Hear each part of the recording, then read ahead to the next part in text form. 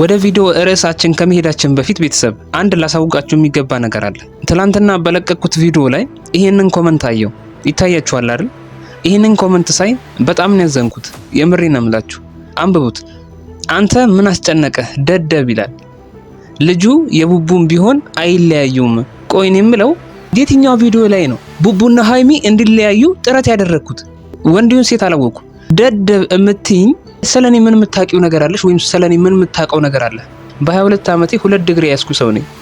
እድሜ ለእናቴ ጤናዋን ይስጣት። ብቻዋን ያላባት ትምህርቴን እንድጨርስ ከጎኔ እሷ ኮስሳ ትልቁን ዋጋ ከፍላ ትምህርቴን እንድጨርስ አድርጋኛለች። ቪዲዮ ላይ እንደምታዩት ማለት ነው። እናቴ እቺ ነች። ስታስመርቀኝ ስትመጣ ነው። ይታያችኋል አይደል? ከዚህ በኋላ ለእንደዚህ አይነት ኮሜንቶች ቪዲዮ አልሰራም። የሰው ማንነት ሳያውቁ የሰው ስብዕና መንካት ተገቢ አይደለም። ሌላው ልጁ የቡቡም ቢሆን አይለያዩም ይላል። የእዩ ልጅ የቡቡም ቢሆን አይለያዩም ለማለት ነው።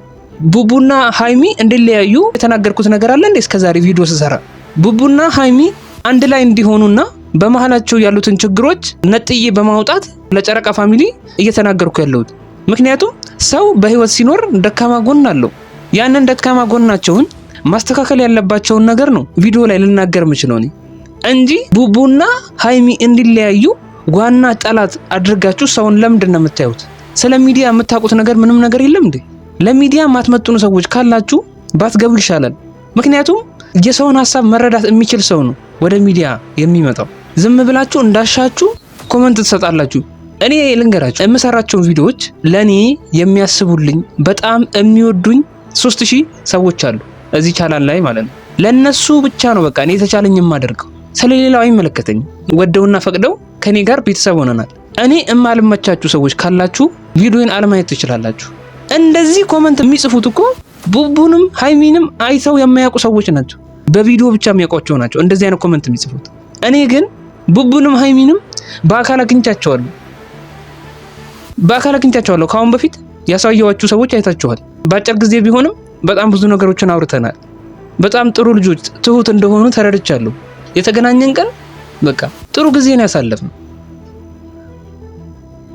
በመሃላቸው ያሉ ችግሮች ብቻ እኔ በአካልም ነግሬያቸዋለሁ። በመሃላቸው ያሉ ችግሮች ምን ማድረግ እንዳለባቸው በቃ የወንድማዊ ምክሬን የተቻለኝን አውርተናል ከነሱ ጋር። እኔ በቪዲዮ ብቻ አይደለም ማወራው። ስለዚህ እኔ በአካልም እመላቸውን ነገር ነው ዩቲዩብ ላይ ቪዲዮ የምሰራው። አጉል ተቆርቋሪ ሆናችሁ ሰውን ለማስጠቆር ጥረት የምታደርጉ ሰዎች ግን በተጠነቀቁ ጥሩ ነው። የምሬን ነው የምላችሁ። የብሩኬን ጸጉርና የልጁን ደም አንድ ላይ በማድረግ ምርመራውን ማድረግ ይቻላል። እና ይሄንን ሳይተረዳች እዩ ያኔ አዲስ አበባ የመጣች ጊዜ የብሩኬን ጸጉር ይዛ ሄዳለች እና ምርመራውን አድርጋለች እየተባለ ነው። የተነገረኝን እኮ ነው የምነግራችሁ። ምርመራውን አድርጋለች እና ውጤቱን ለሀብ ሰጥታዋለች ነው የተባልኩት። ያንን የተባልኩትን ነገር ለእናንተ ማድረስ ምኑ ነው ክፋቱ? እናንተ እንደዚህ ስላችሁ በቃ እንደዛ ነው ሊሆን የሚችለው ብላችሁ መደምደም የለባችሁ። እኔ እንደዛ ስል የራሳችሁን ሐሳብ ነው መስጠት ያለባችሁ እዛ ቪዲዮ ላይ የራሳችሁን ውሳኔ ወይ ሊሆን ይችላል ወይ ላይሆን ይችላል ብላችሁ ማለት ነው እንጂ አንተ ውሸታም አንተ ደደብ ምን አመጣው? ይሄን ሶሻል ሚዲያ ላይ እኮ ለመሰዳደብ አይደለም መምጣት ያለብን ለመማማር ነው አይደል እንዴ? የማይሆን ነገር ውስጥ እየገባችሁ በማይመለከታችሁ ነገር ውስጥ እየገባችሁ ነገሮቹን የምታደበላልቁት ለምን እንደሆነ አላውቅም። ወደ ዛሬ ቪዲዮ ርዕስ ልመለስ። ሃይሚ ወንድሟ ኤፍሬም በብር እንደቀየራት የምታውቀው ጉዳይ የለም እስከዛሬ ድረስ።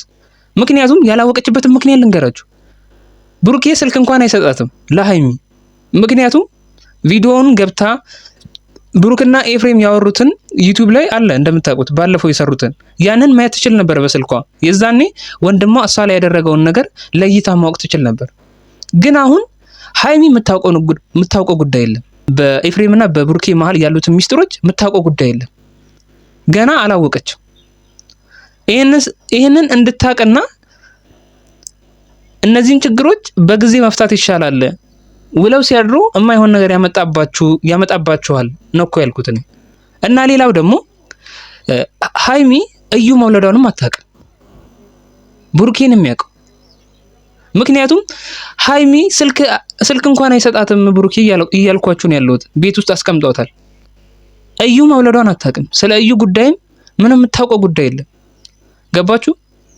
ቢያንስ ግን ብሩኬ ሀይሚ ቤት እንኳን ቁጭ ብትል ጥሩ ነው።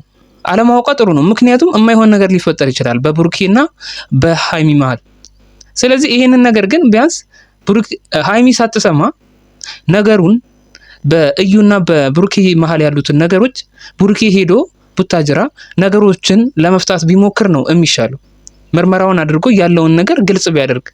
ምክንያቱም የጨረቃ ፋሚሊ በጣም ተጨንቋል ይህንን ውጤት ለመስማት ማለት ነው። እንዲሁም ለሀይሚ ትክክለኛውን ውጤት ለመንገር እና መሆን ያለበትን ነው እንጂ እኔ የማወራው እና የሰማሁትን አንዳንድ መረጃዎች ነው የምነግራችሁ።